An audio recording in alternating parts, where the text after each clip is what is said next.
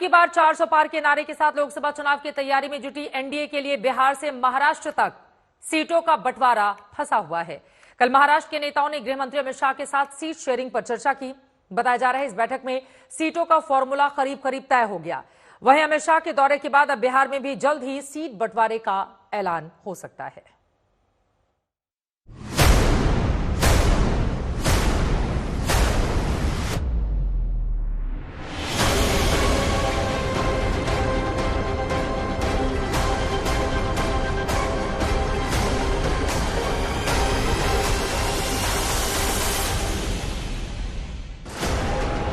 माहौल चुनावी, लोकसभा का रण तेजी से आगे बढ़ रहा है।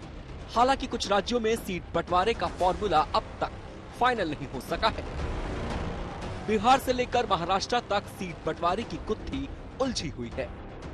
एनडीए और इंडिया अलायंस दोनों ओर से सीट शेयरिंग को लेकर लगातार बातचीत चल रही है। गृह मंत्री अमित शाह के साथ लगातार 2 दिन तक महाराष्ट्र के नेताओं की बैठक के बाद अब एनडीए सीट शेयरिंग को अंतिम रूप देने में लगी है।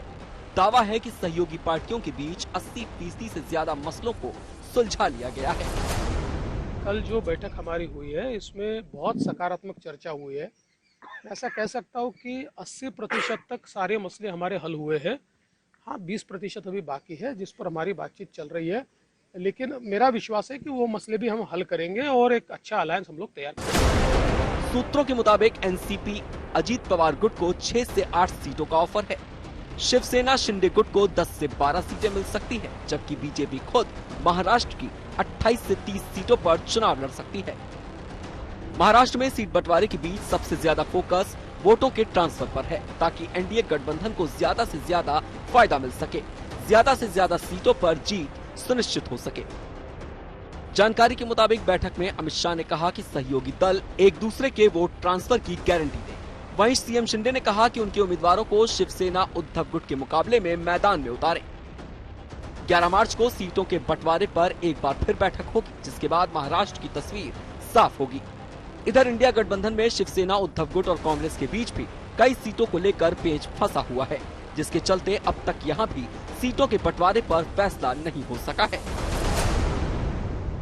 एमबीए की जो स्थिति है, जो मैंने कई बार बता दिया है कि हम लोगों की वजह वो रुकी नहीं है।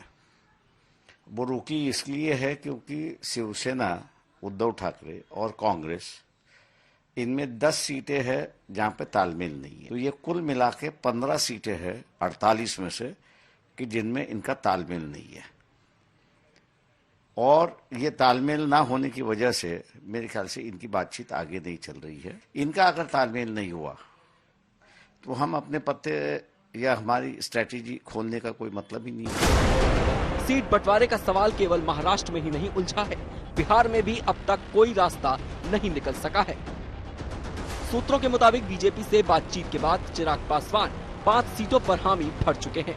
वहीं जीतन राम मांझी और उपेंद्र कुशवाहा को एक-एक सीट देने की चर्चा है।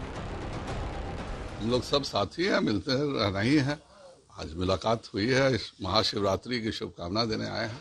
चर्चा है कि कुशवाहा जी नाराज हैं कि भाई अब तक सीट को लेकर कुछ फैसला नहीं हुआ है।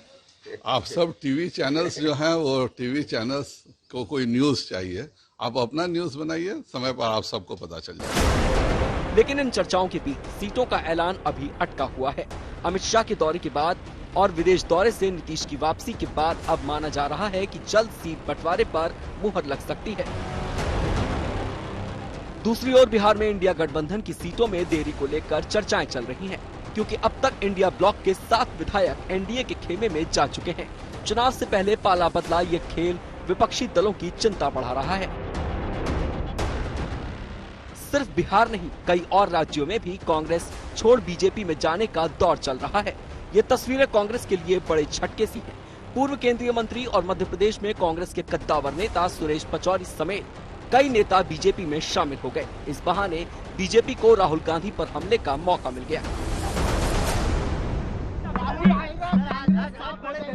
हो ही रहा है ना, कांग्रेस आगे आगे राहुल जा रहा है, पीछे पीछे कांग्रेस साफ हो रही है। महात्मा गांधी जी की इच्छा पंडित जवाहरलाल नेहरू जी ने पूरी नहीं की, लेकिन राहुल गांधी जी महात्मा गांधी की शिक्षा को कि कांग्रेस को समाप्त कर देनी चाहिए।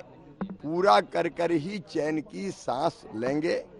एक एक करके कांग्रेस के सारे अच्छे नेता इस नेतृत्व के कारण परेशान होके दिशाहीन, गतिहीन, पता ही नहीं भैया क्या कहेंगे क्या करेंगे, तो ये तो बंटाढार करने निकले हैं और इसलिए कांग्रेस अब समाप्त होने की ओर है।